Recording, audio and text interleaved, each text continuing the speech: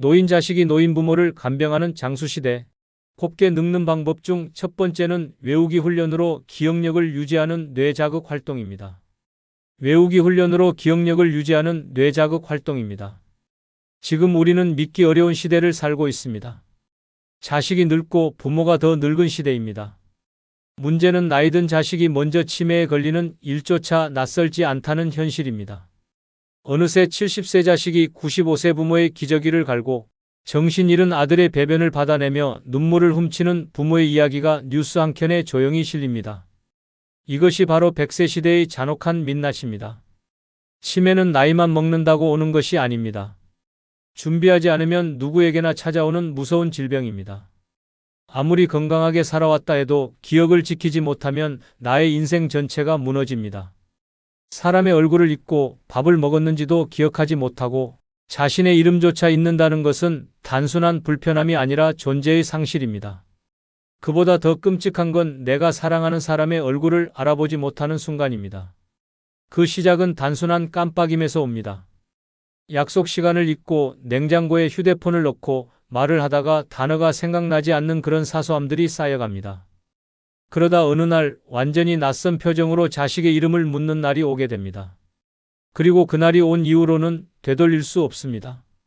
그 끔찍한 미래를 피할 수 있는 단 하나의 방법은 지금입니다. 뇌를 자극하고 기억을 훈련하는 작은 습관들이 그 미래를 막는 유일한 무기입니다. 외우기 훈련은 치매 예방의 가장 기본적이지만 강력한 방법입니다. 매일 짧은 시나 글귀를 외우는 1, 전화번호 하나를 기억해보는 1, 어제 만난 사람의 이름을 기억하려 애쓰는 1, 이 모든 게 뇌를 살리는 훈련입니다. 처음엔 귀찮고 힘들 수 있습니다. 하지만 그 반복이 쌓이면 뇌는 점점 활력을 찾습니다. 뇌는 자극을 줄수록 살아납니다. 사용하지 않으면 죽고 사용하면 다시 깨어나는 것이 바로 뇌입니다. 외우기 훈련은 단지 암기하는 과정이 아닙니다. 뇌 속의 회로를 되살리고 기억의 저수지를 깊게 만들며 사고력을 유지시켜주는 생존 전략입니다. 오늘 외운 짧은 시 한 줄이 내일의 자존감을 지키고 모레의 인격을 지켜주며 언젠가 올 외로움 속에서 나를 붙잡아줄 마지막 줄기가 됩니다. 전남 목포에 사는 93세 정일순 할머니는 아직도 아침마다 손글씨로 시 한 편을 적고 외웁니다. 그녀의 아들 김석진 씨는 올해 71세입니다. 공무원으로 정년 퇴직하고 손자까지 본 어른입니다. 그런데 몇 년 전부터 김 씨는 기억의 혼란을 겪기 시작했습니다. 처음에는 말끝을 흐리더니 점점 사람 이름을 헷갈리고 결국 며느리 이름조차 헷갈리기 시작했습니다. 병원에서는 조기 치매 판정을 내렸습니다. 그런데 더 놀라운 건 그를 간병하게 된 사람이 바로 93세의 어머니였습니다. 정할머니는 아들의 대소변을 받아내고 밤마다 너 누구야라고 묻는 아들의 질문에 눈물로 대답합니다. 나는 내 엄마야, 너 낳은 엄마야. 그 모습을 본 이웃들은 말합니다. 부모가 자식을 지키는 건 평생이구나. 정할머니는 이렇게 말합니다. 내가 안 무너질 수 있었던 건 매일 외우고 적고 읽은 덕분이야. 나도 늙었지만 내 정신은 아직 내가 지켜야 하거든. 그녀는 지금도 매일 청산리 벽계수야 수의감을 자랑마라로 시작하는 시를 외우며 뇌의 힘줄을 다시 묶습니다. 치매라는 괴물 앞에서 외우는 힘 하나로 자신의 정신을 지키고 치매에 걸린 아들을 지켜내고 있습니다. 곱게 늙는다는 건 얼굴이 예쁘고 주름이 적은 것이 아닙니다. 기억을 지키고 정신을 지키며 마지막까지 나답게 사는 것입니다. 외우기 훈련은 작지만 위대한 노년의 방패입니다. 오늘 외운 시 한 줄이 내일 당신의 이름을 지켜줄 것입니다. 곱게 늙는 방법. 두 번째는 신선한 채소와 과일을 꾸준히 섭취하는 식단입니다. 신선한 채소와 과일을 꾸준히 섭취하는 식단입니다. 늙어서도 건강하게 사는 비결은 멀리 있지 않습니다. 병원 문턱을 줄이고 약 봉지를 줄이는 가장 확실한 방법은 매일 접하는 밥상에 있습니다. 특히 신선한 채소와 과일은 그 어떤 보약보다 강력한 생명력의 근원이 됩니다. 그런데 많은 노인들이 정작 가장 중요한 이 식단을 놓치고 있습니다. 귀찮다는 이유로, 입맛에 안 맞는다는 이유로, 씹기 불편하다는 이유로 밥상에서 채소와 과일을 점점 멀리합니다. 그 결과는 비만, 당뇨, 고혈압, 심지어 치매까지 이르는 끔찍한 병들의 행렬입니다. 노인이 된 자식이 더 늙은 부모를 간병하는 장수시대에 무너지는 건 다리보다 위장이고 눈보다 혈관이며 말보다 혈당입니다. 나이 70 먹은 자식이 당뇨로 시력을 잃고 90 넘은 부모가 자식의 인슐린 주사를 놓는 기막힌 현실은 더 이상 드라마 속 이야기가 아닙니다. 그 무너짐의 출발은 하나같이 염분과 기름, 단맛에 찌든 식습관입니다. 채소는 몸을 청소하고 과일은 생명을 세척합니다. 신선한 채소는 노인의 장을 부드럽게 비워주고 혈관을 깨끗이 씻어주며 변비와 고혈압, 혈관성 치매를 예방하는 최고의 해독제입니다. 과일에 들어있는 천연당과 항산화 성분은 뇌를 지켜주고 피부를 살리고 면역을 올려줍니다. 이 둘이 하루의 식단에 고정으로 올라오는 삶과 일주일에 한 번 먹는 삶은 결국 몇 년 후 전혀 다른 모습의 노년을 만들어냅니다. 문제는 입맛이 아니라 습관입니다. 오랫동안 기름지고 자극적인 음식에 익숙해진 입은 처음에는 채소와 과일이 맛없게 느껴집니다. 하지만 그건 입이 병든 겁니다. 꾸준히 먹다 보면 몸이 먼저 달라집니다. 소화가 편해지고 혈압이 안정되며 대변이 시원해지고 피부가 매끈해지는 기적 같은 변화가 찾아옵니다. 입맛은 늙어도 몸은 정직합니다. 꾸준히 채소와 과일을 받아들이는 몸은 반드시 답을 줍니다. 노년에는 약보다 음식이 먼저입니다.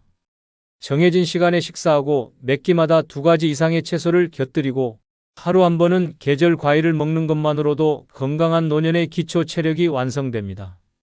이 습관 하나로 뇌 건강, 심혈관 건강, 대사 건강까지 챙길 수 있다면 더 말할 필요도 없습니다. 가장 쉬우면서도 가장 강력한 건강 전략이 바로 신선한 채소와 과일입니다. 경남 거창에 사는 91세 박윤자 할머니는 지금도 눈이 맑고 허리도 꼿꼿하며 혼자 버스를 타고 장에 갑니다. 그 비결은 단 하나, 매일 아침 과일과 채소로 시작하는 식단입니다. 그녀는 30년 전 남편을 암으로 떠나보낸 뒤 식단의 중요성을 뼈저리게 느꼈다고 말합니다.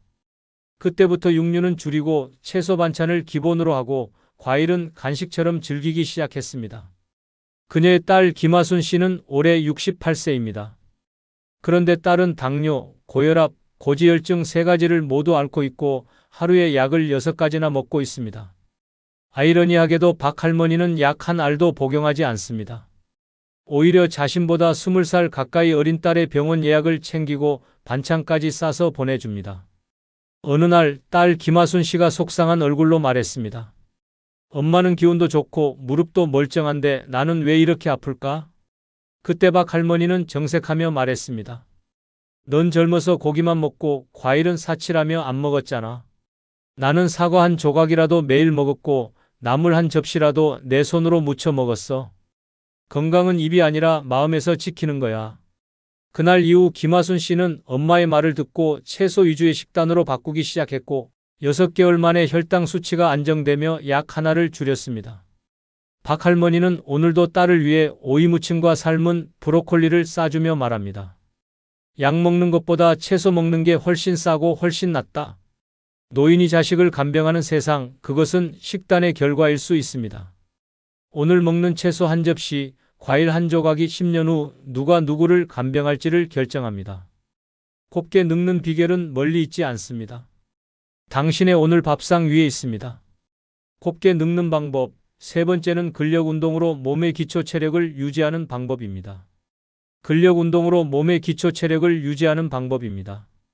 지금 우리는 노인이 노인을 간병하는 시대에 살고 있습니다.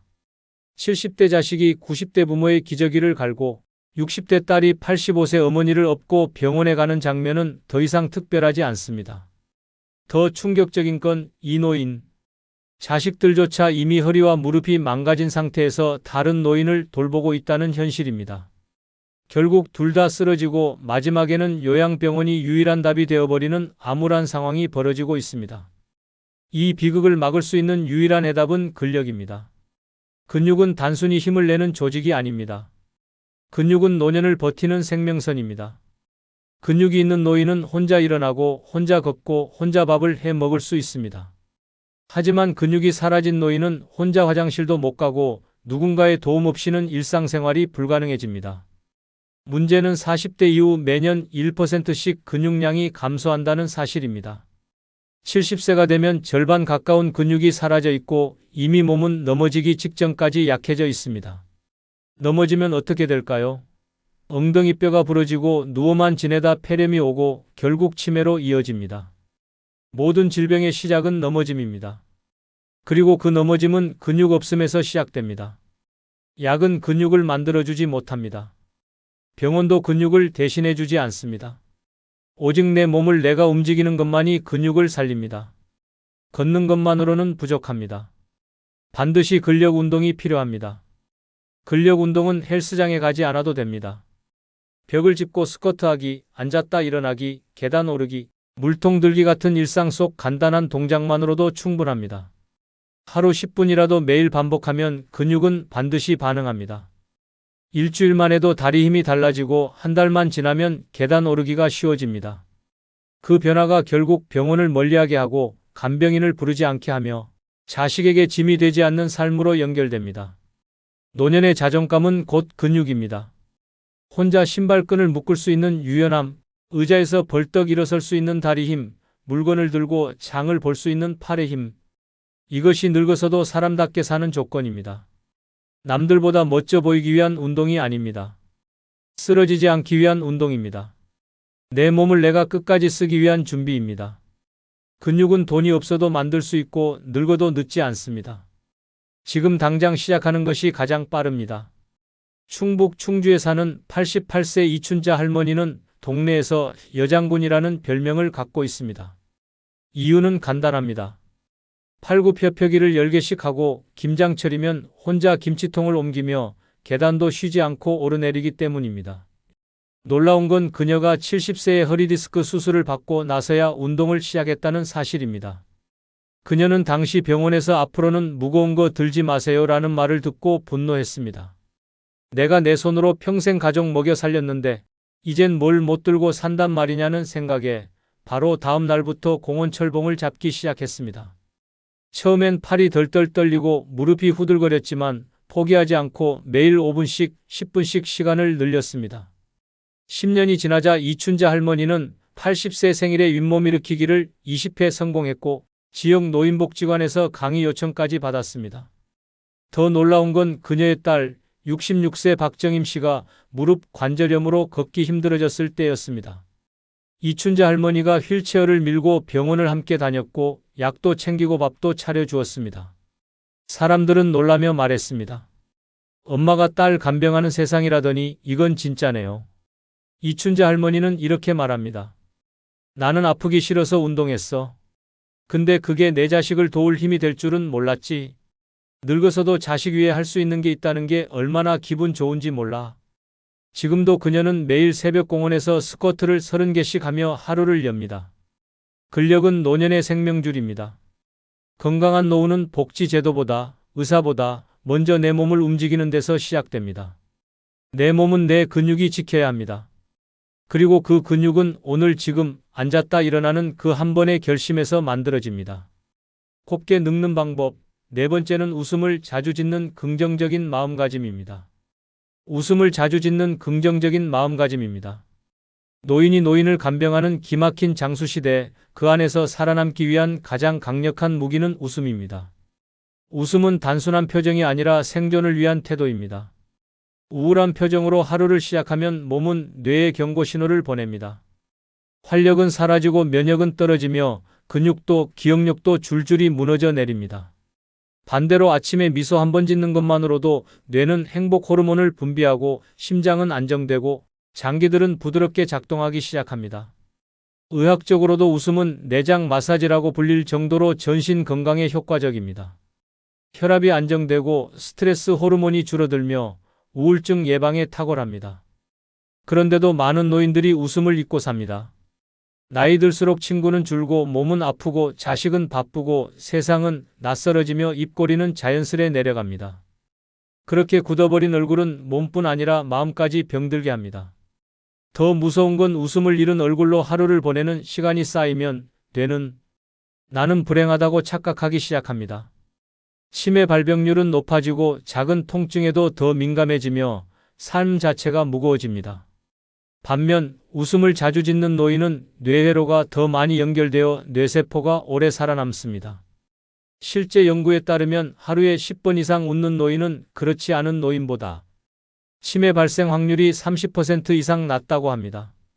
긍정적인 마음은 타고나는 것이 아닙니다. 억지로라도 웃어보는 훈련에서 시작됩니다. 거울을 보고 웃고, 지나가는 사람에게 인사를 하며 웃고, TV를 보며 웃고, 심지어 밥을 먹을 때도 맛있다며 웃는 겁니다. 그렇게 만들어진 웃음은 결국 습관이 되고 그 습관이 뇌와 몸을 살립니다. 표정을 바꾸면 인생이 바뀐다는 말은 단순한 격언이 아닙니다. 과학적 진실입니다. 웃음은 인간관계에서도 절대적입니다. 찡그린 얼굴로 모임에 들어오면 사람들은 피하지만 환하게 웃으며 안녕하세요. 한마디 건네면 분위기는 순식간에 따뜻해집니다. 노년의 가장 큰 복은 사람 복입니다. 사람 복을 만드는 건 웃음입니다. 웃는 사람 옆에는 사람이 모이고 웃는 사람 곁에는 도움이 따라옵니다. 그래서 웃는 노인은 늙어도 외롭지 않고 힘들어도 무너지지 않으며 병들어도 버텨냅니다. 경기 고양시에 사는 87세 조영자 할머니는 동네에서 웃음 대장으로 불립니다. 그녀는 실버 요가반에서도 동네 마트에서도 병원 대기실에서도 항상 웃고 있습니다. 그래서 사람들은 그녀 곁에 앉고 싶어 하고 모임에도 그녀가 없으면 분위기가 싱겁다고 말합니다. 놀라운 건 그녀의 아들 김춘석 씨가 68세에 조기 치매 판정을 받았다는 사실입니다. 자식보다 더 오래, 더 건강하게 살아있는 현실에 조 할머니는 충격을 받았지만 그 순간에도 웃음을 놓지 않았습니다. 병원에서 의사가 아드님 상태가 점점 나빠질 수 있습니다라고 말했을 때 조 할머니는 눈물을 닦고 이렇게 말했습니다. 그러면 내가 웃어야죠. 내가 울면 아들도 무너지잖아요. 그녀는 지금도 아들의 이름을 매일 5번씩 크게 부릅니다. 춘서가 오늘 날씨 좋다 웃자 그렇게 말하면서 아들에게 억지로라도 입꼬리를 올려주고 손을 잡고 깔깔 웃으며 TV를 봅니다. 그 덕분인지 김 씨는 치매 진행이 느려졌고 아직도 어머니를 정확히 기억하며 우리 엄마는 참 웃기는 여자야라고 농담을 합니다. 동네 사람들은 조 할머니에게 비결이 뭐냐고 묻습니다. 그녀는 단호하게 말합니다. 비결? 그냥 웃어요. 웃으면 내가 살고 웃으면 자식도 살고 웃으면 병도 도망가요. 그렇게 말하며 또 호 웃는 그 얼굴은 주름 하나하나가 빛나 보입니다. 늙어도 곱게 늙는 사람은 웃는 사람입니다. 기운이 없을수록 웃어야 하고 아플수록 웃어야 하며 외로울수록 더 웃어야 합니다. 웃음은 얼굴의 화장이 아니라 인생의 생명줄입니다. 오늘도 거울 앞에서 웃어보는 그 3초가 내일을 살리는 힘이 됩니다. 곱게 늙는 방법 5번째는 음악을 듣고 따라 부르는 뇌 활성화 습관입니다. 음악을 듣고 따라 부르는 뇌 활성화 습관입니다. 지금 우리는 노인이 노인을 간병하는 시대를 살고 있습니다.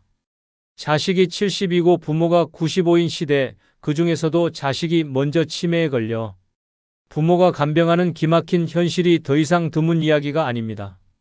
누구나 그렇게 늙어갈 수 있고 누구든 그렇게 무너질 수 있는 시대입니다. 이런 시대에서 뇌를 살리는 가장 쉽고 확실한 방법 중 하나는 바로 음악입니다.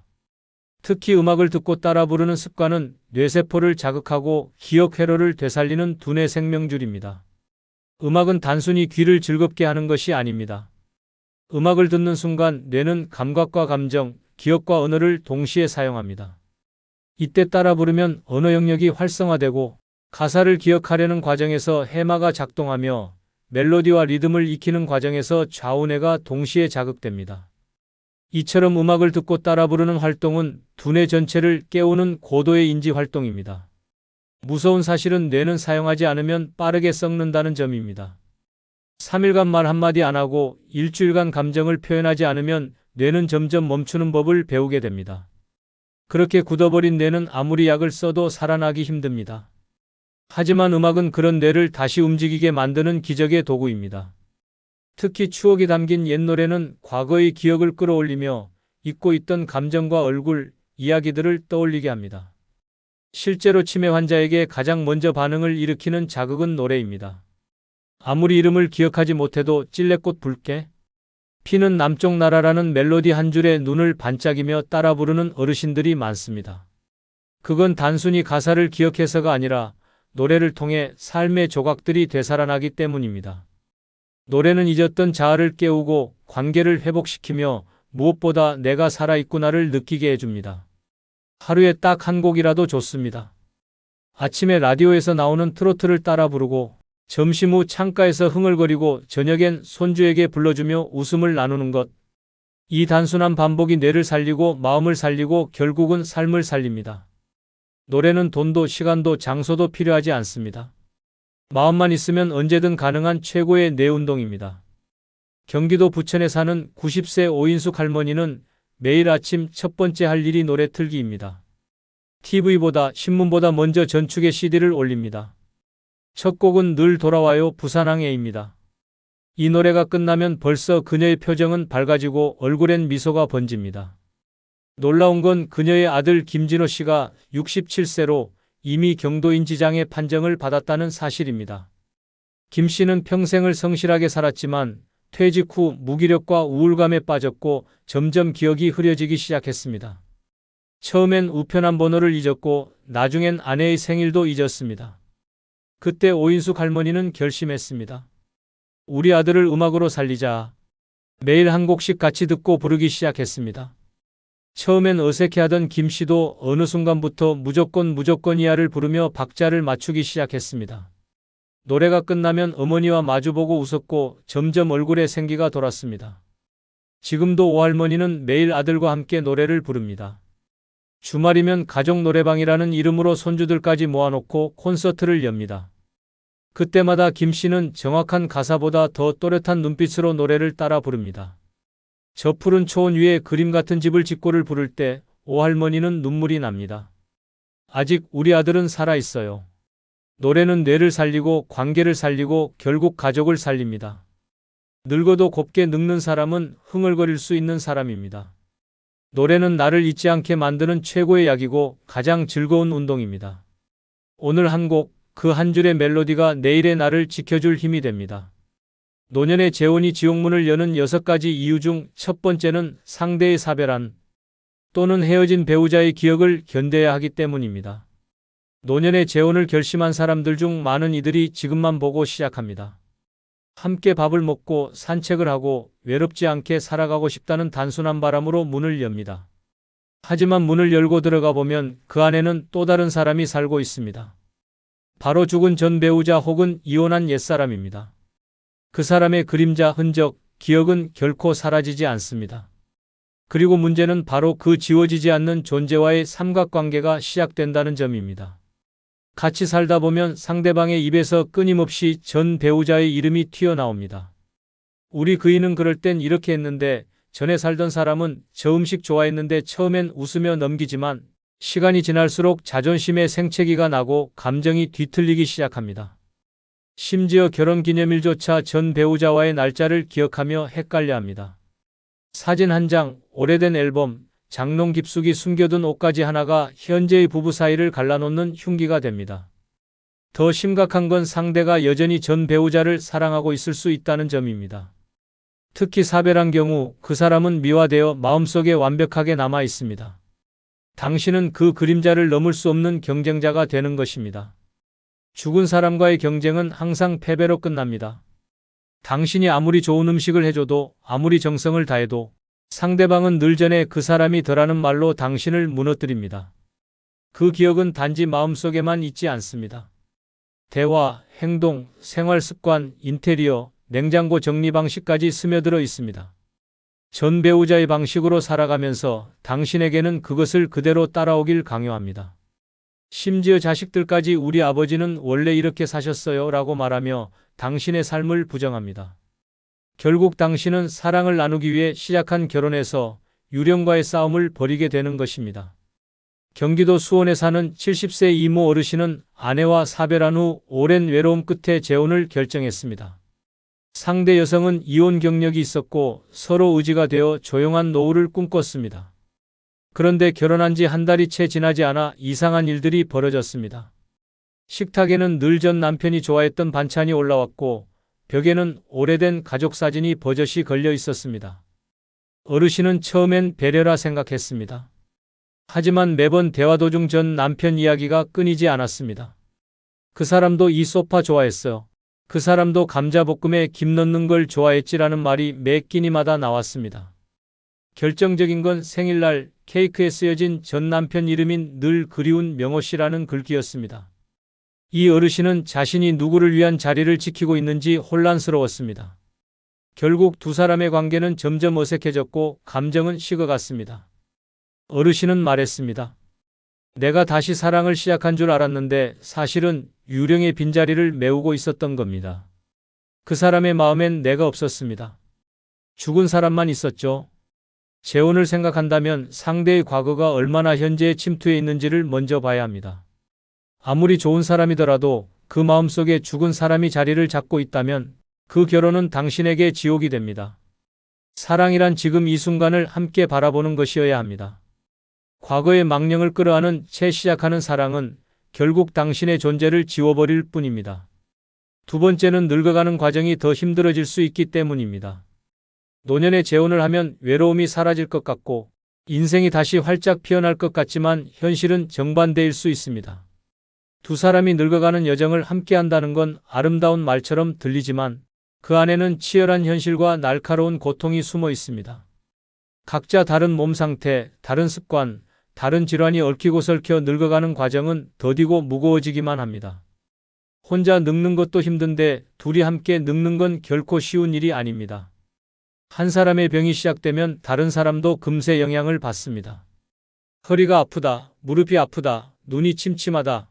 이런 문제들이 동시에 터져 나오면 서로 위로는커녕 짜증만 남습니다.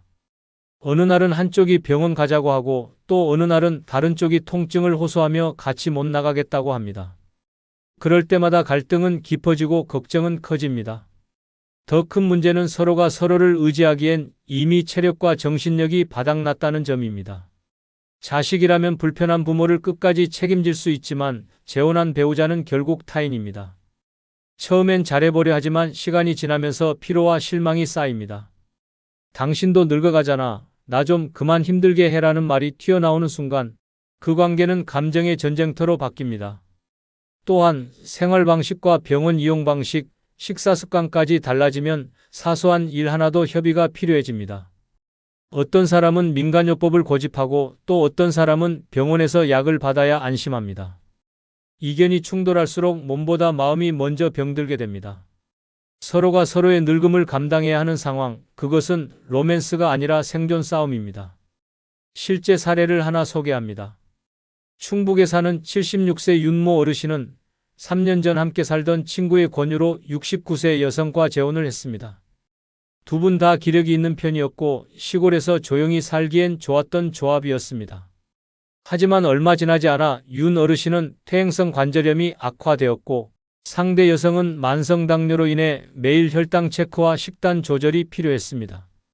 문제는 바로 식사였습니다. 윤 어르신은 짜고 진한 음식을 좋아했고 상대는 무조건 싱겁게만 먹어야 했습니다. 매 끼니마다 반찬을 따로 해야 했고 결국 나는 왜 맨날 내 병 따라 맞춰야 하냐는 말이 튀어나왔습니다. 거기에 약 타러 병원 갈 때도 서로 가는 병원이 달라 한 명은 차를 기다리고 다른 한 명은 택시를 잡고 생활이 점점 엉켜만 갔습니다. 결정적인 사건은 겨울에 일어났습니다. 윤 어르신이 눈길에 넘어져 엉덩이뼈 골절을 당했는데 상대 여성도 허리 디스크로 제대로 돌볼 수 없었습니다. 둘 다 거동이 불편한 상태에서 누가 밥을 하고 누가 약을 챙기고 누가 병원을 연락할지 몰라 집안이 그야말로 아수라장이 되었습니다. 결국 두 분 모두 자식에게 연락하게 되었고 자식들끼리 다툼까지 벌어졌습니다. 윤 어르신은 나중에 이렇게 말했습니다. 혼자 늙는 게 무서워서 결혼했는데 같이 늙으니 더 무섭더군요. 내 병도 벅찬데 옆 사람 병까지 감당하려니 몸보다 마음이 먼저 무너졌습니다. 이처럼 노년의 재혼은 단순히 외로움 해소의 해답이 아닙니다. 서로가 서로의 쇠약해지는 모습을 감당하는 일은 생각보다 훨씬 더 무겁고 고통스럽습니다. 함께 늙는다는 건 낭만이 아닙니다. 현실이고 때로는 고통입니다. 재혼은 그 무게까지 받아들일 준비가 되어 있을 때만 선택해야 합니다. 그렇지 않으면 노후는 외로움 대신 싸움으로 평온 대신 지옥으로 바뀔 수 있습니다. 세 번째는 서로의 경제 상황을 속일 가능성이 있기 때문입니다. 노년에 시작하는 사랑, 그 달콤함 속에는 치명적인 함정이 숨어 있습니다. 바로 돈을 둘러싼 거짓말입니다. 나이 들수록 외로움이 커지고 함께할 누군가가 간절해지다 보니 상대의 경제 상태를 제대로 확인하지 않고 재혼을 결정하는 일이 비일비재합니다. 하지만 이건 자칫하면 인생 최악의 선택으로 이어질 수 있습니다. 노년의 재혼을 원하는 사람들 중 상당수는 실은 사랑보다 경제적 안정을 바라는 경우가 많습니다. 그래서 자신의 빚이나 연체된 카드값, 체납된 세금, 심지어 자식의 경제 문제까지도 숨기고 결혼을 시도합니다. 겉으로는 멀끔한 양복을 입고 말도 점잖게 하지만 실제 통장엔 잔고가 바닥인 경우가 허다합니다. 게다가 혼인신고까지 해버리면 상대의 채무까지 고스란히 함께 떠안게 됩니다. 노년에 짊어질 짐은 건강만으로도 충분합니다. 그런데 거기에 상대의 빚까지 더해진다면 그건 사랑이 아니라 파멸입니다. 더구나 상대방이 돈을 빌려달라고 하거나 집을 담보로 뭔가를 하자고 제안하면 그때부터는 삶이 완전히 무너질 수 있습니다. 노년의 자산은 대부분 평생 모은 전 재산입니다. 그걸 단 몇 년 안에 다 털릴 수 있다는 이야기입니다. 경제적인 거짓말은 감정보다 더 깊게 사람을 배신합니다. 사랑받는 줄 알았던 마음은 결국 돈줄로 이용당한 결과였고 남은 건 텅 빈 지갑과 망가진 자존감뿐입니다. 그리고 그때가 되면 이미 늦었습니다. 재산은 돌아오지 않고 신뢰도, 가족도, 인간관계도 송두리째 무너집니다. 문제는 이 속임수가 결혼 전엔 절대 드러나지 않는다는 점입니다. 처음엔 나는 돈 걱정 없어요. 국민연금도 충분하고 자식들도 잘 살아요 라며 안심시킵니다. 하지만 막상 결혼을 하고 살림을 합쳐보면 전혀 다른 현실이 펼쳐집니다. 매달 빠듯한 생활비, 밀려있는 공과금, 갑자기 들이닥치는 카드 독촉장. 그제야 상대가 보여주지 않았던 진짜 얼굴을 알게 되는 것입니다. 전남에 사는 67세 박모 어르신은 2년 전 교회 지인의 소개로 한 여성을 만나 재혼을 했습니다. 상대는 처음 만났을 때 서울 아파트 한 채 있고 자식들도 다 잘 살아서 도움 안 받아요 라고 말했습니다. 박 어르신은 감동했습니다. 덕분에 마음을 열고 혼인신고까지 마친 뒤 전셋집을 빼고 일부 금액을 결혼생활 자금으로 썼습니다. 하지만 결혼 후 3개월 만에 그 여성의 카드빚 2천만 원이 밝혀졌고 이어서 자녀의 대출 보증까지 서준 사실을 알게 되었습니다. 심지어 그녀가 말한 서울 아파트는 본인 명의가 아닌 과거 남편 명의였고 현재는 법적 분쟁 중이었습니다. 박 어르신은 분노했지만 이미 법적으로 부부가 된 상태였기 때문에 해지하려면 수많은 법적 절차를 거쳐야 했습니다. 결국 박 어르신은 빚 독촉에 시달리며 건강이 급격히 나빠졌고 결국 본인의 연금 일부까지 압류당하게 되었습니다. 가족들은 연락을 끊었고 어르신은 말했습니다. 내가 바보였습니다. 외롭다고 마음 열었던 게 내 노후를 망쳤습니다. 사랑이 아니라 사기였습니다. 이처럼 노년의 재혼은 감정만으로 결정해서는 절대 안 됩니다. 겉모습, 말투, 태도에 속지 마십시오. 상대의 경제 상황은 직접 확인하고 혼인신고는 최소 몇 개월 이상 함께 살아본 후 신중하게 결정해야 합니다. 한 번의 잘못된 선택이 당신의 평생을 송두리째 무너뜨릴 수 있습니다. 노년에 시작한 사랑이 독이 되지 않으려면 반드시 돈부터 확인하십시오. 냄새나는 마음보다 더 무서운 건 텅 빈 지갑에서 시작된 파국입니다. 네 번째는 상대의 병간호를 해야 할 수도 있기 때문입니다.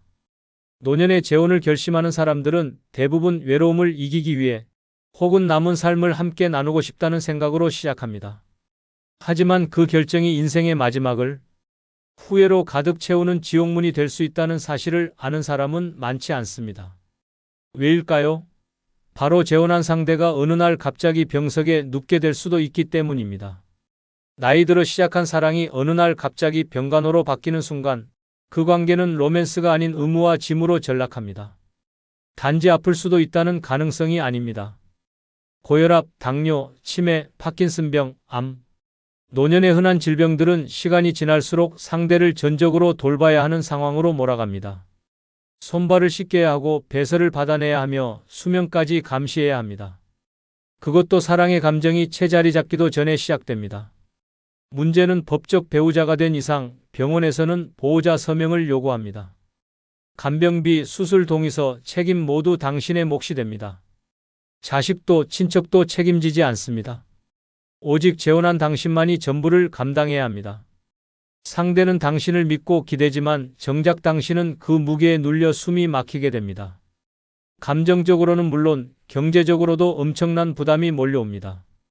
간병인은 하루 10만 원 이상 장기 입원이라도 하게 되면 수천만 원이 순식간에 사라집니다. 처음에는 아프면 내가 돌보지라고 쉽게 말합니다.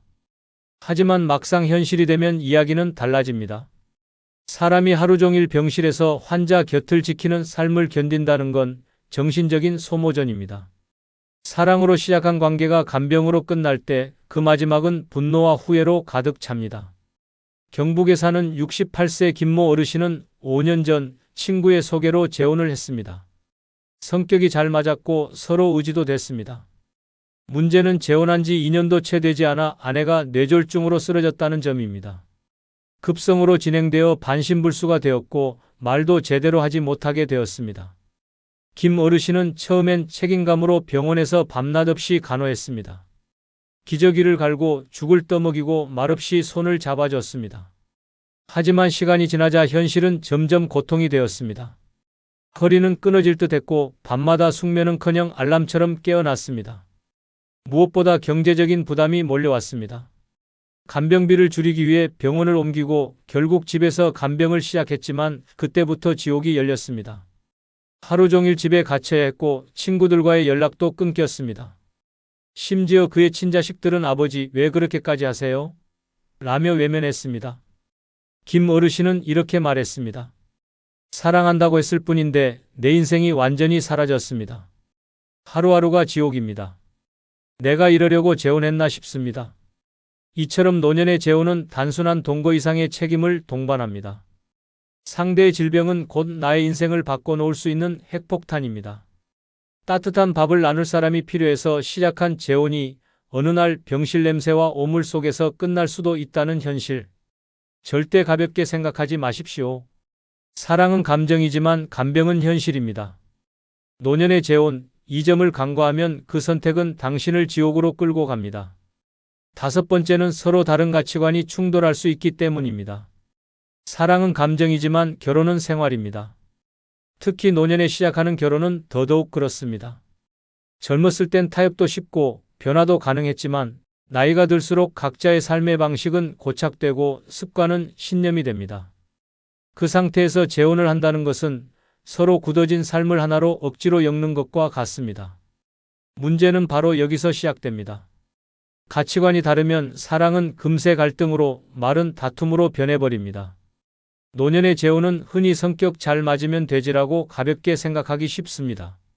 하지만 실제로는 돈을 어떻게 쓸 것인가, 자식들과 어떤 거리를 둘 것인가, 집안일은 누가 어떻게 할 것인가 등 구체적인 생활 문제에서 심각한 차이를 보입니다. 이런 차이는 말로 타협되지 않습니다. 오히려 내가 평생 이렇게 살아왔어라는 고집으로 충돌합니다. 결국 상대의 삶을 이상하다, 답답하다고 느끼며 실망과 짜증이 반복됩니다. 가장 흔한 예가 돈과 가족입니다. 한쪽은 매달 연금을 저축하며 미래를 걱정하고 다른 한쪽은 내 나이에 무슨 저축이냐며 하루하루를 즐기자고 말합니다. 또 한쪽은 자식들에게 일정한 거리를 두고 살고 싶어하는 반면 다른 한쪽은 자식과 손주들을 매일같이 끌어들입니다. 이 모든 게 가치관 차이이며 결국은 생활 충돌로 이어지는 핵심입니다. 이런 상황에서는 어느 한쪽이 일방적으로 양보하지 않으면 갈등은 절대 해결되지 않습니다. 하지만 양보도 한두 번이지 시간이 지날수록 쌓인 불만은 폭발합니다. 그냥 혼자 사는 게 더 편했지라는 생각이 머릿속을 맴돌기 시작하고 결국 말도 줄고 식사도 따로 하며 동거 아닌 동상이몽 상태가 됩니다. 충남에 사는 73세 장모 어르신은 친구의 권유로 2년 전 한 여성과 재혼을 했습니다. 처음엔 함께 아침을 먹고 공원을 걷는 것만으로도 삶이 풍요로워졌습니다. 그런데 문제가 하나둘씩 불거졌습니다. 장 어르신은 전략을 중요시하는 분이었고 전기밥솥 코드도 안 쓸 땐 꼭 뽑는 분이었습니다. 반면 새 배우자는 나이 들어 돈 아껴 뭐해요? 하며 TV를 밤새 틀고 물도 아낌없이 틀어놓는 스타일이었습니다. 거기에 음식 문제도 겹쳤습니다. 장 어르신은 평생간을 약하게 해서 먹어온 반면 상대는 짜고 매운 음식을 좋아해 매 끼니가 전쟁이었습니다. 자식들과의 관계도 문제였습니다. 장 어르신은 자식들 문제에 간섭하지 않길 바랐지만 상대는 매주 손주를 불러 자고 가게 했습니다. 결국 둘은 사소한 다툼이 쌓여 큰 말싸움으로 이어졌고 장 어르신은 어느 날 밤중에 혼자 짐을 싸서 고향으로 내려가 버렸습니다. 그는 이렇게 말했습니다.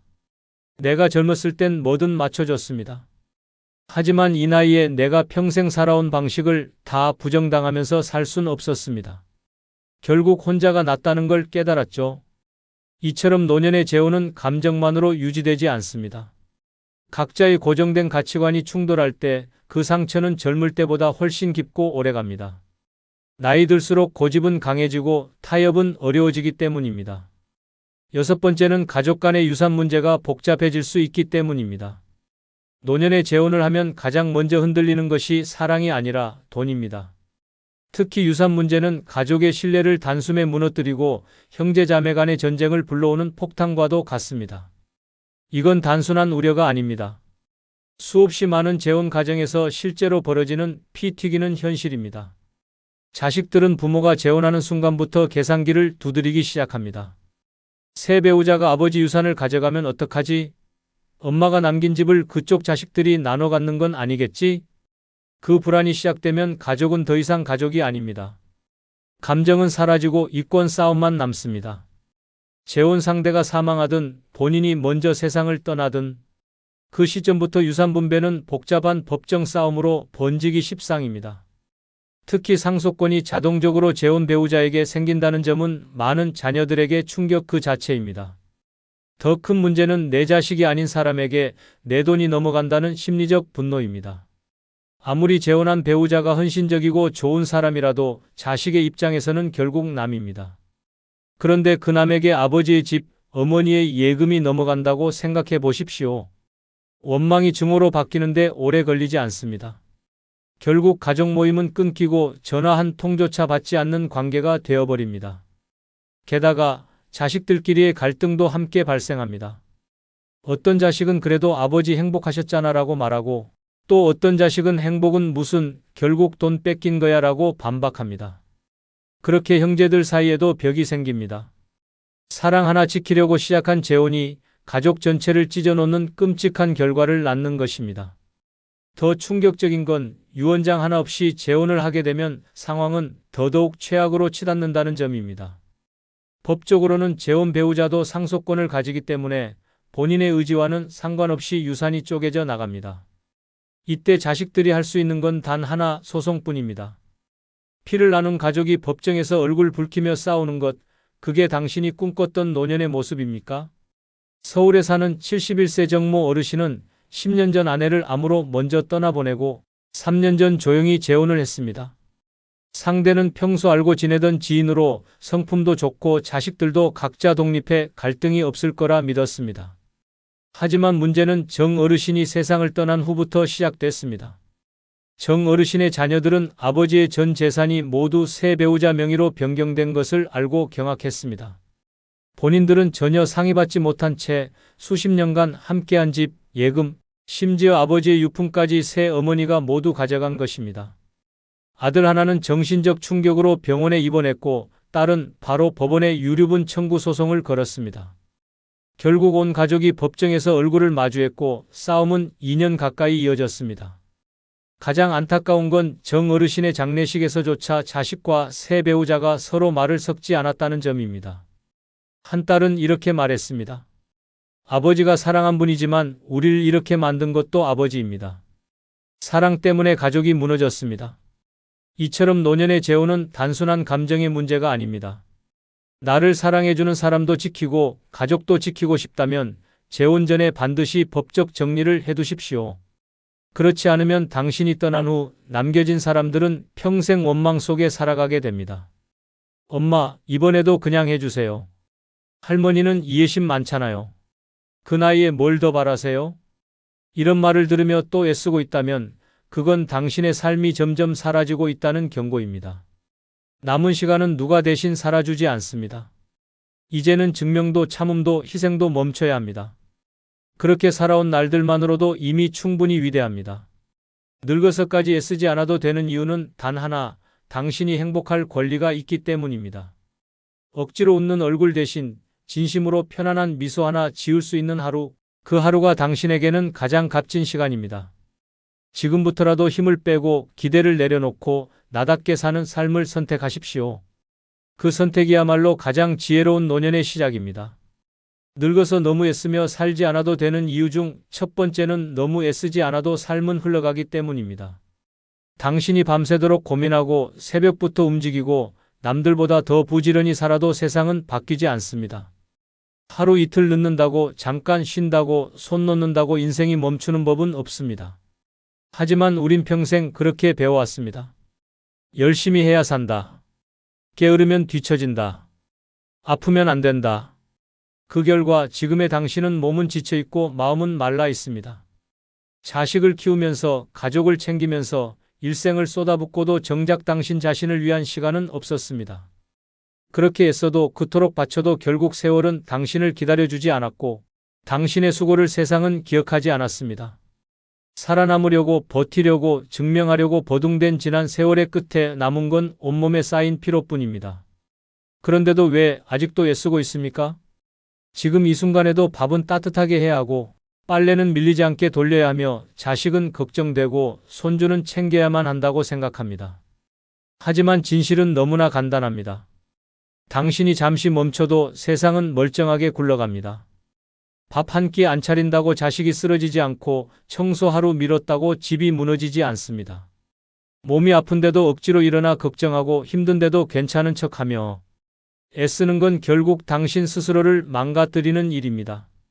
이제는 내려놓아야 합니다. 애쓰지 않아도 괜찮은 나이, 열심히 하지 않아도, 용서받는 나이, 무언가를 하지 않아도 이해받아야 하는 나이가 바로 지금입니다. 삶은 강처럼 흐릅니다. 당신이 안달을 내든 조용히 있든 결국 흐르는 시간은 똑같고 도착지는 같습니다. 그렇다면 굳이 거친 물살에 몸을 던져 상처 입을 이유가 없습니다. 느리게, 가볍게, 편하게 가는 게 더 현명한 선택입니다. 당신이 힘을 뺀 순간 삶은 오히려 더 부드럽게 흘러가기 시작합니다. 이러한 삶의 전환을 실제로 보여준 한 어르신의 이야기가 있습니다. 부산에 사는 76세 배영자 할머니는 평생을 종종걸음으로 살아오신 분입니다. 아침 5시에 일어나 밥하고 마당 청소하고 이웃들 반찬 나눠주고 손주 어린이집 챙기며 단 하루도 제대로 쉬어본 적이 없었습니다. 그런데 어느 날 허리를 삐끗하면서 병원 신세를 지게 되었고 의사는 지금이라도 쉬지 않으면 더 큰 병 옵니다 라고 경고했습니다. 처음엔 불안했습니다. 내가 안 하면 집안이 돌아가지 않을 텐데라는 생각에 조바심이 났습니다. 그런데 놀랍게도 집은 무너지지 않았고 자식은 스스로 밥을 챙겨 먹었고 손주는 잘 자랐습니다. 그 순간 할머니는 깨달았습니다. 그동안 내가 너무 많은 걸 혼자 짊어지고 있었다는 사실을. 그 후 배할머니는 오전엔 푹 자고 오후엔 좋아하던 수혜를 하며 시간을 보내기 시작했습니다. 동네 친구와 마트도 가고 시장 구경도 하며 자신만의 시간을 갖게 되었습니다. 몸은 점점 좋아졌고 마음은 훨씬 여유로워졌습니다. 가족들도 엄마가 요즘 정말 좋아 보여요 라며 기뻐했고 손주도 할머니랑 그림 그리는 시간 제일 좋아라고 말했습니다. 할머니는 이렇게 말합니다. 그렇게 애쓰지 않아도 삶은 멈추지 않더라고요. 이제는 그냥 흘러가는 대로 따라가려고요. 당신도 이제는 괜찮습니다. 조금 느리게 가도 됩니다. 조금 미뤄도 됩니다. 조금 쉬어도 됩니다. 삶은 당신이 애쓰지 않아도 이미 흘러가고 있고 당신은 그 안에서 더 이상 고통받지 않아도 됩니다. 애쓰는 인생은 이제 끝내고 누리는 인생을 시작할 시간입니다. 늙어서 너무 애쓰며 살지 않아도 되는 이유 중 두 번째는 내 방식대로 살아도 누구도 뭐라 할 수 없기 때문입니다. 이제는 누가 뭐라든 어떻게 보든 상관없이 내 인생을 나답게 살아야 할 시간입니다. 평생을 참으며 맞추며 포기하며 살아왔습니다. 자식 눈치, 남편 눈치, 며느리 눈치, 이웃 눈치까지 보며 말 한마디, 행동 하나를 조심하며 살아왔습니다. 그 결과 남은 건 뭡니까? 당신은 착한 엄마, 좋은 시어머니, 참을성 있는 이웃으로 불렸지만 정작 당신이 원하는 삶은 단 하루도 허락받지 못했습니다. 좋은 사람으로 보이기 위해 희생했고 다정한 사람이라는 말 한마디에 속을 태웠고 나를 버려가며 남의 기대에 맞춰 살았습니다. 그런데 그런 당신에게 세상은 보답해 주었습니까? 아니었습니다. 너무 조용하면 무시당하고 너무 맞춰주면 당연시되고 너무 착하면 지나가다 짓밟히는 존재가 되어버렸습니다. 이제는 깨달아야 합니다. 내 방식대로 살아도 됩니다. 아니, 살아야만 합니다. 누가 뭐라 하든 그건 그들의 기준일 뿐이고 당신 인생은 오직 당신만의 속도와 색깔로 채워져야 합니다. 늦게 일어나면 게으르다, 조용하면 성격이 이상하다, 하고 싶은 말 하면 무례하다. 그런 기준은 청춘들의 세상에서는 통할지 몰라도 이제는 그 모든 잣대에서 자유로워져야 할 시간입니다. 당신은 이미 수십 년을 가족과 사회를 위해 살아온 사람입니다.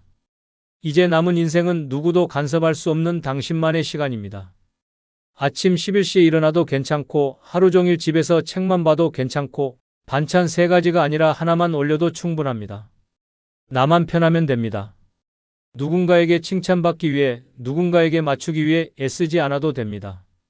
당신은 지금 세상의 기준이 아니라 내 마음이 중심인 인생을 살아야 할 자격을 갖춘 사람입니다. 이런 삶을 실천하고 있는 사람이 있습니다.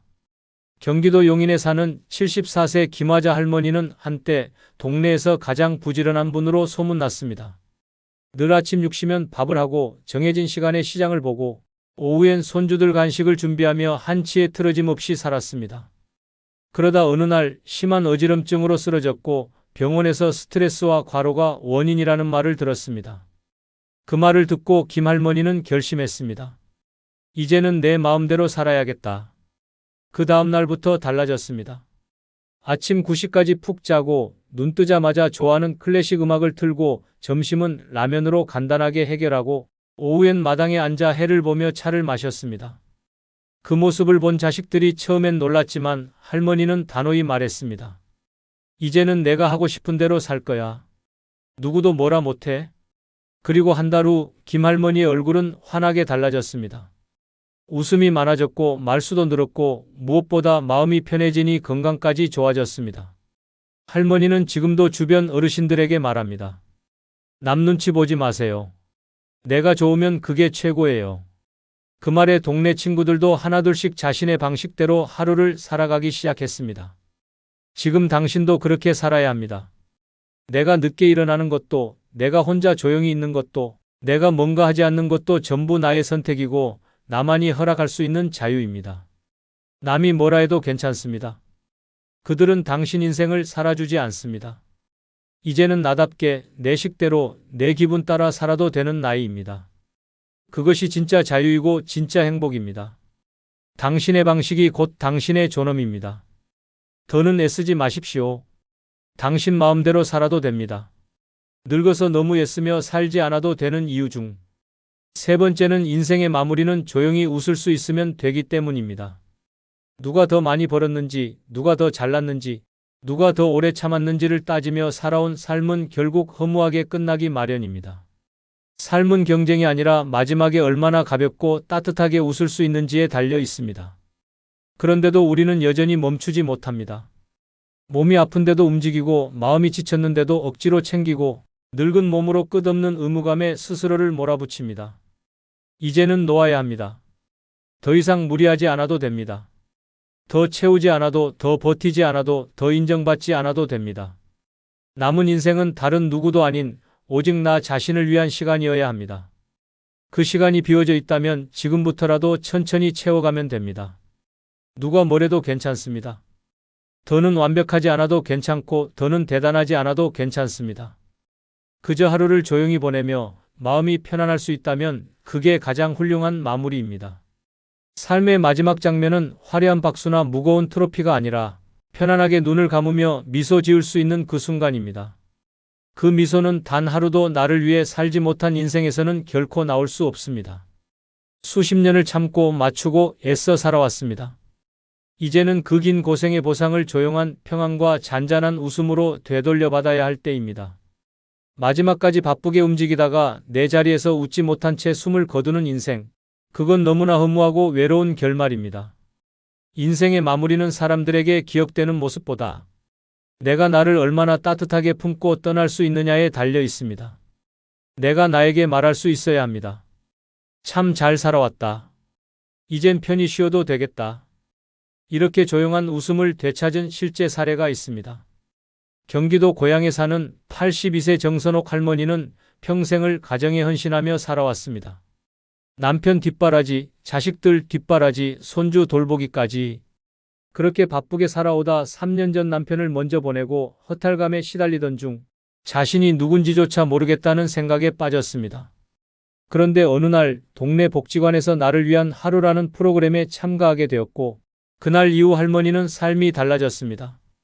아침엔 따뜻한 차를 마시며 노트에 짧은 일기를 쓰고 오후에는 가까운 공원을 산책하며 햇살을 즐깁니다. 하루를 살아도 남이 아닌 나를 위해 사는 하루를 만들어가기 시작한 것입니다. 처음엔 자식들이 엄마 왜 이렇게 변하셨어요? 라고 놀라워했지만 할머니는 웃으며 말했습니다. 이제야 내 인생을 사는 것 같아서. 예전엔 웃어도 마음이 안 웃었거든. 이젠 마음이 먼저 웃어. 지금의 정선옥 할머니는 더 이상 누군가의 기대를 채우기 위해 애쓰지 않습니다. 손주가 안 온다고 서운해하지도 않고 자식이 전화가 뜸하다고 외로워하지도 않습니다. 대신 스스로를 위로하고 스스로를 웃게 하며 살아갑니다. 그리고 가끔 거울을 보며 조용히 웃습니다. 그래, 이 정도면 참 잘 살아온 거지. 인생의 마무리는 거창한 무대가 아닙니다. 잔잔한 하루 속에서 조용히 웃을 수 있는 순간이 가장 소중한 결말입니다. 그 미소를 위해 더 이상 애쓰지 마십시오. 당신이 살아낸 모든 날은 이미 충분했습니다. 이제는 편안히, 조용히, 그리고 따뜻하게 마무리할 시간입니다. 그 미소 하나면 인생은 충분히 잘 살았던 것입니다. 늙어서 너무 애쓰며 살지 않아도 되는 이유 중 네 번째는 마음이 가는 대로 살아도 되는 시기이기 때문입니다. 지금 이 나이에조차 여전히 해야 할 일, 맞춰야 할 눈치, 참아야 할 상황이 있다면 그건 너무나 슬픈 인생의 마무리입니다. 평생을 참고 양보하고 희생하며 살아왔습니다.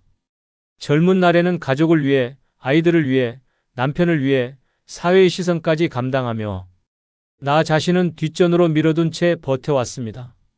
그렇게 쌓인 세월이 어느새 수십 년, 이제는 남은 날보다 살아온 날이 더 많아졌습니다. 그런데도 아직도 애쓰고 계십니까?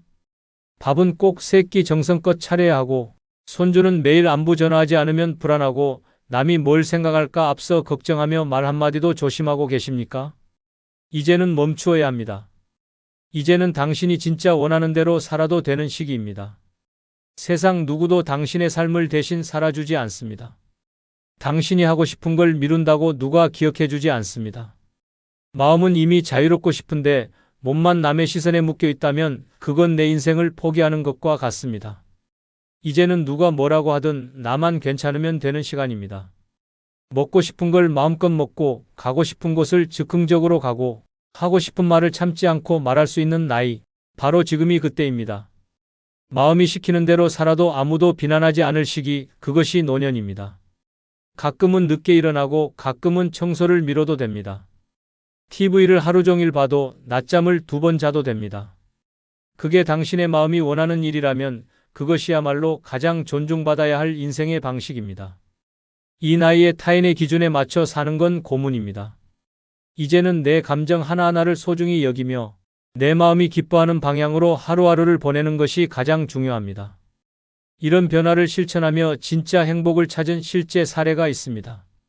경기도 평택에 사는 79세 박영심 할머니는 평생을 남한테 패 끼치지 말자는 철학 하나로 살아오신 분입니다.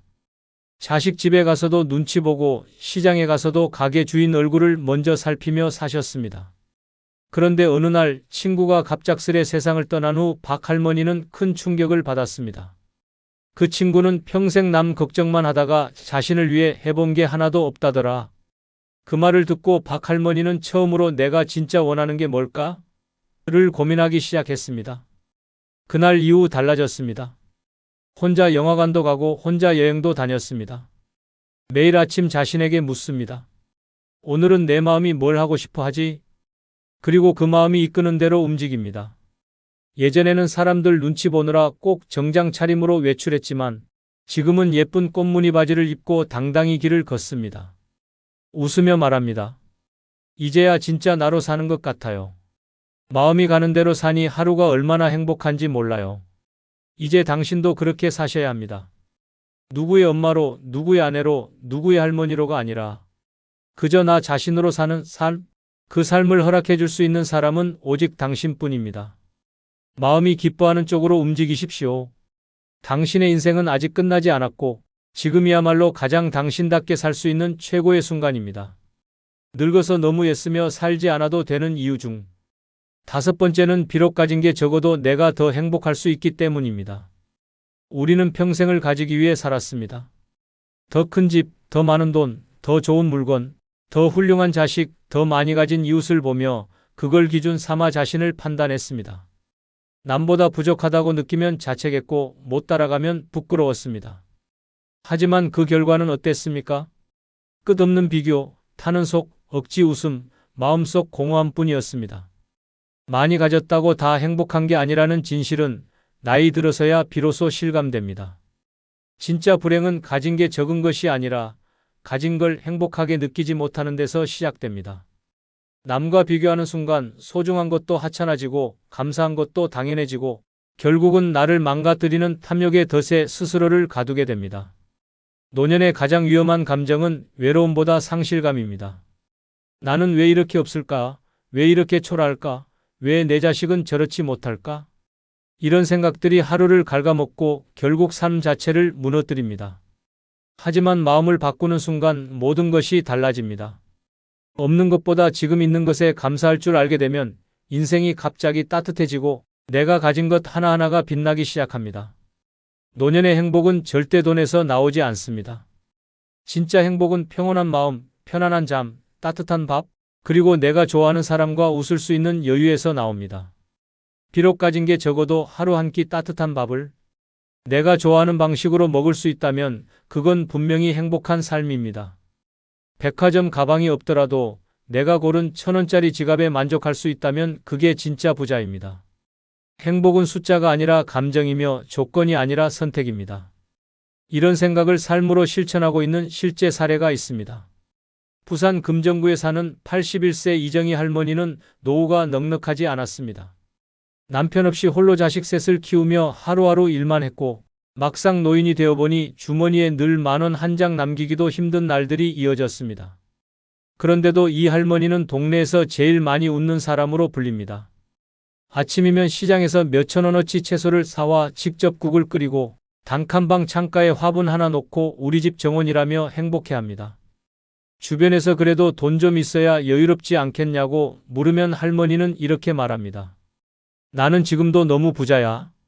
웃을 수 있고 밥 맛있게 먹을 수 있고 잘 자고 마음 편하니까. 할머니의 집엔 냉장고가 작고 옷장엔 옷이 몇 벌 안 되지만 할머니의 얼굴은 동네에서 가장 따뜻하고 환하게 빛납니다. 며칠 전엔 동네 아이들에게 직접 만든 떡을 나눠주며 말했습니다. 내가 가진 건 별로 없지만 마음은 넘치거든. 그거 나눌 줄 아는 게 진짜 잘 사는 거야. 그 말에 모두가 고개를 끄덕였습니다. 비록 가진 게 적어도 행복은 충분히 누릴 수 있습니다. 오히려 많이 가진 사람보다 덜 가진 것을 사랑할 줄 아는 사람이 더 깊은 행복을 느낍니다. 이제는 더 가지려 하지 마십시오. 지금 있는 것 안에서 감사하고 웃고 나누며 살아가는 것이 진짜 부자, 진짜 행복한 인생입니다.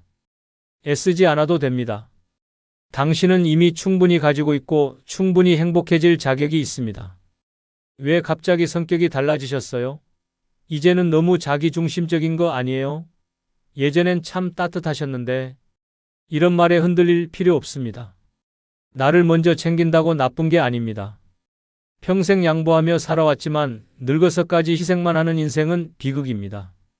내 감정, 내 건강, 내 인생을 지켜야 당당한 노년을 살 수 있습니다. 이번 영상은 늙어서는 이기적으로 살아야 행복한 5가지 이유를 말씀드리겠습니다. 구독, 좋아요 누르시면 시작하겠습니다. 늙어서는 이기적으로 살아야 행복한 이유 첫 번째는 하고 싶은 말을 못하면 억울함이 쌓이기 때문입니다. 평생을 참고 살았습니다. 남 눈치 보고 가족 눈치 보고 괜히 말 꺼냈다가 분위기 흐릴까봐 입을 다물었습니다. 그런데 그 조용한 인내의 끝은 고요한 분노, 울분, 그리고 말 못할 병으로 되돌아왔습니다. 하고 싶은 말을 마음속에만 쌓아두면 그것은 절대 사라지지 않습니다. 그 감정은 몸 안에서 답답함으로, 두통으로, 가슴 통증으로, 고혈압으로 변해갑니다. 말 한마디 못한 억울함이 쌓이고 또 쌓이면 결국 자신을 무너뜨리는 가장 강력한 독이 됩니다. 특히 가족 안에서 참는 일은 더 치명적입니다. 며느리가 예의 없이 행동해도, 손주가 무례한 말을 해도, 자식이 마음을 몰라줘도 괜히 어색해질까봐, 나이든 내가 예민한 걸까봐 스스로만 자꾸 참고 넘깁니다. 그러나 그 순간 상대는 오히려 이렇게 생각합니다. 아무 말 없는 걸 보니 괜찮은가 보다. 원래 저분은 이해심이 많으시니까? 그 순간부터 당신은 의견 없는 사람, 말 안 해도 되는 사람, 당해도 조용히 넘기는 사람이 되어갑니다. 하지만 참는다고 모두가 고마워하지는 않습니다. 오히려 그 침묵은 당연함과 무시로 돌아오고 당신의 존재는 점점 희미해집니다. 존중은 표현에서 나옵니다. 당신의 말 한마디가 있어야 비로소 사람들은 당신의 감정을 인식하고 존재를 다시 바라보게 됩니다. 억울한데 말하지 않으면 평생 억울한 채로 늙어갑니다. 감정은 표현하지 않으면 썩고 썩은 감정은 마음을 병들게 하고 병든 마음은 몸까지 무너뜨립니다. 그러다 어느 날 아무도 당신의 마음을 이해하지 못한 채 왜 그동안 말 안 하셨어요? 라는 뒷북 위로만 던집니다. 나이 들어 하고 싶은 말조차 못하면 남는 건 후회뿐입니다. 그 한마디가 나를 살리는 생존의 소리입니다. 이제는 참는 것이 미덕이 아닙니다. 감정을 정확히 전달하고 내 입장을 표현하며 내 감정을 보호하는 것이야말로 진짜 품이 있는 노년의 태도입니다. 이 말 못한 억울함으로 고통을 겪었던 실제 사례가 있습니다. 충북 제천에 사는 76세 정미자 할머니는 평생을 그래, 괜찮다는 말로 살아오신 분입니다. 자식들이 무심하게 굴어도 며느리가 무례해도 그럴 수도 있지 하며 넘겼습니다. 그러던 어느 날 손주가 명절 아침에 할머니 음식 별로 안 좋아요라는 말을 던졌고 모두가 웃으며 넘겼지만 정할머니는 그날 밤 혼자 화장실에서 소리 없이 울었습니다. 다음 날 딸이 이유를 묻자 할머니는 처음으로 속마음을 꺼냈습니다. 한마디라도 서운하다고 말했으면 이렇게 속이 썩진 않았을 거야. 그 말을 듣고 가족들은 큰 충격을 받았고 그 후로 할머니의 말에 귀 기울이기 시작했습니다.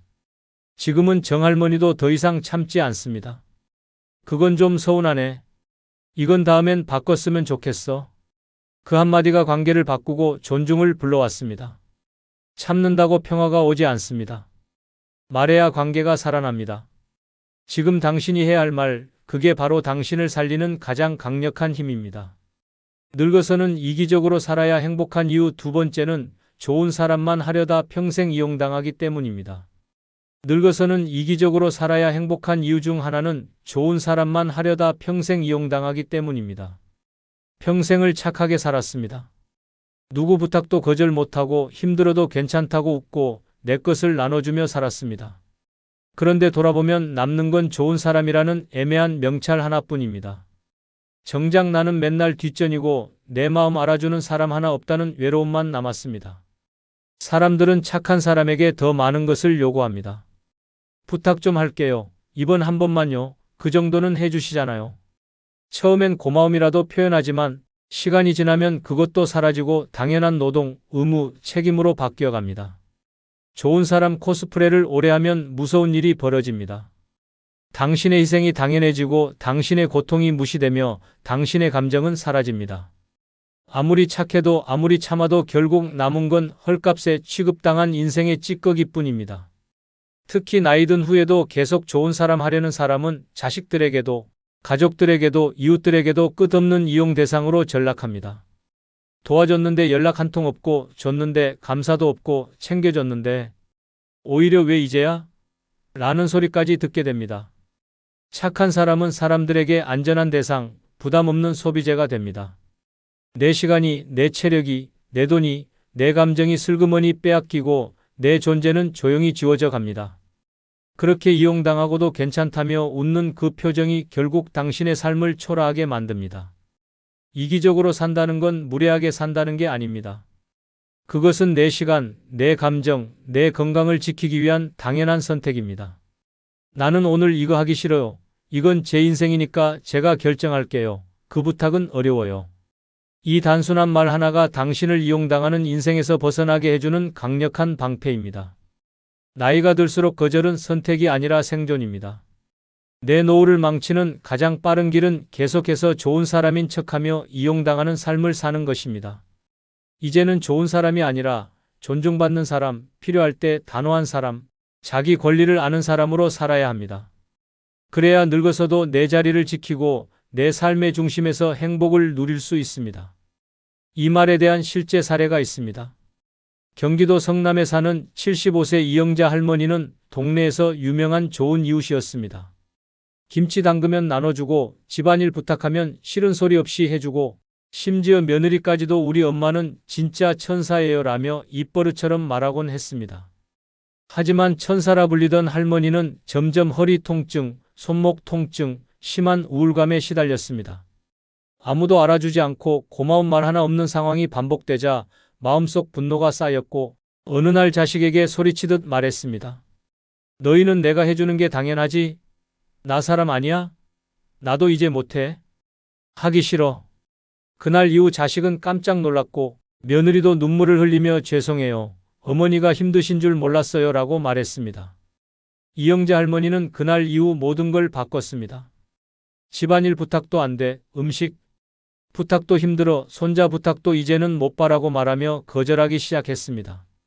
놀랍게도 가족들은 더 존중해 주었고 이웃도 어르신도 쉬셔야죠 라고 먼저 배려해 주기 시작했습니다. 이 할머니는 웃으며 말했습니다. 좋은 사람 하다 병날 뻔했어. 이젠 딱 필요한 만큼만, 내 기분 좋은 만큼만 챙겨줄 거야. 착한 척하다 인생 잃지 마십시오. 진짜 행복한 노년은 남에게 좋은 사람 아닌 나에게 솔직한 사람으로 살아가는 것에서 시작됩니다. 당신을 희생시키는 좋은 사람 타이틀은 이제 벗어도 됩니다. 남보다 나를 먼저 챙기는 이기심이야말로 늙어서도 존중받고 행복하게 살아남는 가장 현명한 방법입니다. 늙어서는 이기적으로 살아야 행복한 이유 세 번째는 참기만 하면 병이 되어 돌아오기 때문입니다. 늙어서는 이기적으로 살아야 행복한 이유 중 하나는 참기만 하면 병이 되어 돌아오기 때문입니다. 괜찮다는 말로 자신을 속이고 어차피 내일이다라고 참으며 살면 그 억누른 감정이 결국 몸에 쌓여 병이 됩니다. 누가 봐도 인생의 후반기에는 나를 위한 시간, 나를 위한 감정이 우선이지만 많은 노인들이 여전히 좋은 사람 코스프레를 하며 참는 습관을 고집합니다. 하지만 참는 것은 그냥 넘어가는 것이 아니라 자신의 감정을 숨기고 억제하는 자가 치명적인 폭발을 일으킬 씨앗을 심는 것입니다.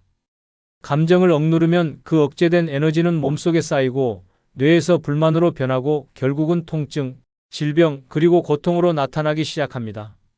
사람들은 자주 참는 게 미덕이다라고 말합니다. 그러나 참는 것의 본질은 자기 자신을 무시하고 내 감정을 덮어두고 결국 내 건강을 바꾸는 위험한 선택입니다. 나이 든 몸은 더 이상 감정을 억제하는 것에 내성이 없으며 억지로 참으면서 스트레스 호르몬인 코르티솔이 분비되면 면역력은 떨어지고 체내 염증이 쌓여갑니다. 이는 심각한 만성질환, 고혈압, 당뇨병, 그리고 심장병을 불러옵니다. 참는 것의 가장 큰 문제는 무엇을 참는지 모르는 경우입니다.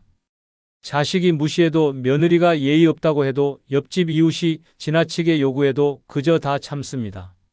처음에는 그냥 괜찮아라고 웃어넘깁니다. 하지만 그 작은 불만 하나하나가 내 마음에 쌓이기 시작하고 어느 순간 그 참은 감정이 결국 나를 병들게 한다는 사실을 깨닫게 됩니다. 더 심각한 문제는 그 참음이 고통으로 돌아와 몸을 망가뜨린다는 점입니다. 예를 들어 스트레스가 쌓이면 신체는 그것을 무력해지지 않기 위해 근육 경직으로 반응합니다.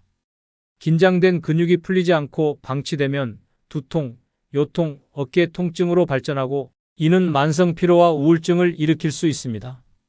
또한 내 마음의 억제는 위장 문제, 소화불량, 고혈압으로 번져 결국엔 건강을 위협하는 질병의 씨앗이 됩니다. 그리고 더 나쁜 점은 참은 감정이 제대로 표현되지 않으면 내가 누군지 어떤 감정을 느끼는지 모르게 되고 그 무의식적인 억누름은 결국 몸을 더욱 아프게 만듭니다. 내가 무엇을 원하는지, 내 감정이 무엇인지 알지 못한 채 살면 몸이 제 역할을 하지 못하고 스스로 무너지는 경우가 많습니다. 이와 관련된 실제 사례가 있습니다. 대전에서 사는 79세 김명숙 할머니는 평생 남을 위해 살아왔고 남편, 자식, 친구들을 위해서 자신을 희생하며 살았습니다. 자식들이 부탁하면 무조건 들어주고 가족들의 요구가 있을 때는 내가 할 수 있는 만큼 해야지라고 생각하며 살았습니다. 하지만 그동안 할머니의 내면의 불만과 감정은 묻혀 있었고 그것이 어느 날 건강 문제로 드러나기 시작했습니다. 처음에는 그냥 가끔 피곤하다는 생각으로 넘겼습니다. 그런데 시간이 지나면서 몸의 피로가 점점 심해지고 걷는 것도 힘들어지고 결국 병원에 갔을 때 의사는 할머니에게 심장에 무리가 가고 있습니다라는 충격적인 말을 했습니다. 의사의 말에 할머니는 처음으로 자신이 평생 참기만 해온 삶이 결국 몸에 부담을 준 결과라는 사실을 깨달았습니다. 할머니는 병원에서 돌아온 후 이제는 남들에게 아니오라고 말하는 법을 배우기 시작했습니다. 자식이 요구할 때도 이웃이 부탁할 때도 자신의 한계를 인정하며 거절하고 내 감정을 먼저 챙기기 시작한 것입니다. 처음에는 그런 자신을 이해하지 못할까봐 걱정했지만 할머니는 점차 내 마음을 표현하고 내 감정을 숨기지 않는 삶을 살기 시작했습니다. 그 결과 허리 통증, 다리 무거움, 심장 통증은 점차 사라졌고 무엇보다 자신의 삶을 다시 살아가는 기쁨을 느끼기 시작했습니다. 김할머니는 말합니다. 내가 아니면 누구도 나를 생각해주지 않아. 이제는 내 마음대로 살아도 돼. 오히려 그렇게 사니까 내가 더 건강해지더라고요. 그리고 할머니는 이제 매일 자기만의 시간을 가지고 가족과의 관계도 다시 조정하며 나를 우선으로 생각하는 법을 실천하고 있습니다. 참는 것, 그것이 병이 되어 돌아오는 이유입니다. 내 감정을 억누르고 참고 살아서는 몸도 마음도 건강할 수 없습니다. 늙어서는 이기적으로 살아야 행복한 이유 네 번째는 남의 눈치 보며 사는 건 청춘에나 어울리기 때문입니다. 늙어서는 이기적으로 살아야 행복한 이유 중 하나는 남의 눈치 보며 사는 건 청춘에나 어울리기 때문입니다. 젊었을 땐 어쩔 수 없었습니다. 직장 상사 눈치, 시부모 눈치, 친정 식구 눈치, 남편 눈치, 자식 눈치까지 평생을 눈치만 보며 살아왔습니다. 기분이 나빠도 참고 하고 싶은 말도 삼키고 가고 싶은 곳도 미루고 오로지 남들 기준에 맞춰 살아왔습니다. 그랬더니 남은 건 지친 몸, 굽은 허리, 말라버린 감정뿐이었습니다. 눈치를 본다는 건 곧 내가 나를 부정하는 삶입니다. 상대가 어떻게 생각할까? 저 사람이 뭐라고 할까? 혹시 기분 나쁘면 어쩌지 이런 생각에 내 욕구와 감정은 언제나 뒷전으로 밀려납니다. 특히 노년기에 접어들고 나서도 여전히 눈치를 보며 살아간다면 그것은 스스로를 끝까지 숨기며 살아가는 자멸의 인생입니다. 지금 이 나이에 내가 입고 싶은 옷도 눈치 보고 먹고 싶은 음식도 남이 싫어할까봐 피하고 하고 싶은 말도 꺼내지 못한 채 입을 다무는 삶은 결국 나 없는 인생으로 끝나게 됩니다. 눈치는 타인의 기분에 맞춰 자신을 조절하는 행위입니다. 하지만 나이가 들면 그럴 필요가 없습니다. 왜냐하면 당신은 이제 타인의 기준을 맞추기 위해 사는 시기가 아니라 당신 자신의 기준으로 살아야 할 시기이기 때문입니다. 남 눈치보다 건강을 망치고 자식 눈치보다 기분을 포기하고 며느리 눈치보다 존재감마저 잃어버리는 순간 당신은 더 이상 나가 아니라 그저 누군가에게 맞춰주는 그림자 같은 존재가 되어버립니다. 이제는 바뀌어야 합니다. 남 눈치 보지 않는 태도, 그것이야말로 노년의 당당함이고 자존심입니다. 당신이 뭘 입든 뭘 먹든 뭘 말하든 간섭받지 않아야 하는 이유는 그것이 진짜 어른의 모습이기 때문입니다. 살 만큼 살았고 할 만큼 했고 이제는 당신의 기분, 당신의 결정, 당신의 선택을 최우선으로 생각하며 살아야 할 시간입니다. 남이 뭐라 하든 신경 쓰지 마십시오. 그들은 당신 인생에 책임지지 않습니다. 웃으라고 말해도 아플 땐 대신 아파주지 않고 참고 살라 해도 병원에 같이 누워주지 않습니다. 남의 시선을 의식하느라 기분 나쁜데도 억지 웃음을 지으며 듣기 싫은 말에 고개 숙이는 건 청춘의 숙제일지언정 노년의 의무는 아닙니다. 이제는 마음껏 불편한 티를 내고 하기 싫은 건 안 하고 먹고 싶은 건 먹고 입고 싶은 건 입고 말하고 싶은 건 당당히 말해야 할 나이입니다. 그것이야말로 진짜 나로 살아가는 인생이고 존엄한 노년을 지키는 가장 멋진 자세입니다. 이런 삶의 전환을 보여준 실제 사례가 있습니다. 인천 부평에 사는 81세 정태순 할머니는 한때 주변의 천사 같은 어르신으로 불렸습니다. 언제나 웃는 얼굴, 아무리 힘들어도 괜찮다는 말만 하며 살았습니다. 그러던 어느 날 친구들과 외식 자리에 갔다가 자기가 좋아하는 짬뽕을 먹고 싶다 말했지만 다른 사람들이 싫어한다는 이유로 순두부찌개를 시켜야 했습니다. 그날 이후로 할머니는 집에 와서 이렇게 중얼거렸습니다. 내가 언제까지 남들 입맛에 맞춰 살아야 하지? 그 말을 들은 손녀가 할머니, 다음부터는 할머니가 드시고 싶은 거 먼저 말해요 라고 했고, 그 말에 정할머니는 뭔가 머리를 탁 얻어맞은 느낌이 들었다고 합니다. 그 다음부터는 변했습니다. 식당에 가면 자기가 먹고 싶은 메뉴를 고르고, 모임에서도 하고 싶은 말은 꼭 하고, 싫은 자리는 과감히 빠지기 시작했습니다. 처음엔 주변 사람들이 놀랐지만 시간이 지나자 오히려 할머니 요즘 멋있어졌다는 이야기를 듣게 됐습니다. 정할머니는 말합니다. 평생 눈치 보다가 이제서야 내 인생 사는 기분이야. 남의 시선에 맞춰 살아온 시간은 충분했습니다. 이제부터는 당신 시선으로, 당신 마음으로, 당신 기분에 맞춰 사는 것이 가장 행복한 노년의 조건입니다. 눈치 보지 말고 나답게 살기 시작할 시간입니다. 당신의 삶은 누구의 것도 아닌 오직 당신의 것입니다. 늙어서는 이기적으로 살아야 행복한 이유 5번째는 받지 못한 사랑은 스스로 채워야 하기 때문입니다. 늙어서는 이기적으로 살아야 행복한 이유 중 하나는 받지 못한 사랑은 스스로 채워야 하기 때문입니다. 젊었을 때는 사랑을 주고받는 게 당연하다고 생각했습니다. 부모의 사랑, 친구의 사랑, 연인의 사랑, 배우자의 사랑, 자식의 사랑까지 세상에는 사랑받을 자격이 있는 사람만이 있다고 믿었습니다. 하지만 나이가 들수록 그 믿음은 산산조각이 났습니다. 세월이 지나면서 주변 사람들의 사랑은 점점 줄어들고 내가 기대던 사랑은 항상 부족하게 느껴졌습니다. 자식들은 바쁘고 배우자는 연세가 드셔서 마음껏 기대기 어려운 상황입니다. 그럼에도 불구하고 나는 끊임없이 사랑을 갈망하며 주변을 살피고 내가 받을 사랑을 얻기 위해 애쓰지만 결국 무너져 내립니다. 사랑을 받지 못하는 그 허전함, 그 갈증은 무시할 수 없는 끔찍한 공허로 다가옵니다. 그 공허함은 점점 내 삶의 모든 감정과 에너지를 삼키기 시작하고 결국엔 내 존재까지 의심하게 만듭니다. 내가 사랑받지 못하면 나는 아무것도 아닌 사람이 되어버린다. 그런 생각이 내 머릿속을 떠나지 않게 되며 결국 자기 비하와 무력감에 빠지게 됩니다. 이것은 몸과 마음을 동시에 병들게 하는 무서운 자해행위입니다. 사랑을 받을 수 없다는 생각에 휩싸이면 내 존재 가치가 떨어진다고 느끼며 결국 외로움과 우울증에 시달리게 됩니다. 특히 노년에는 몸이 약해지고 사회적 고립감이 커져 이 상황이 더 심각해지기 쉽습니다. 하지만 받지 못한 사랑은 스스로 채워야 합니다. 그 사랑을 다른 사람에게 기대고 바라보며 허덕이지 말고 내가 나를 사랑하는 법을 배워야만 진정한 행복을 찾을 수 있습니다. 이제는 더 이상 기다리고 바라보고 상처받고 그렇게 살아가서는 안 됩니다. 내가 내 인생의 주인공이 되어 스스로를 사랑하는 방법을 찾는 것이 진정한 행복으로 가는 길입니다. 사람은 주위 사람들의 사랑을 받지 못할 수도 있지만 내면에서 자신을 사랑하는 법을 깨달으면 그 공허함은 채워집니다.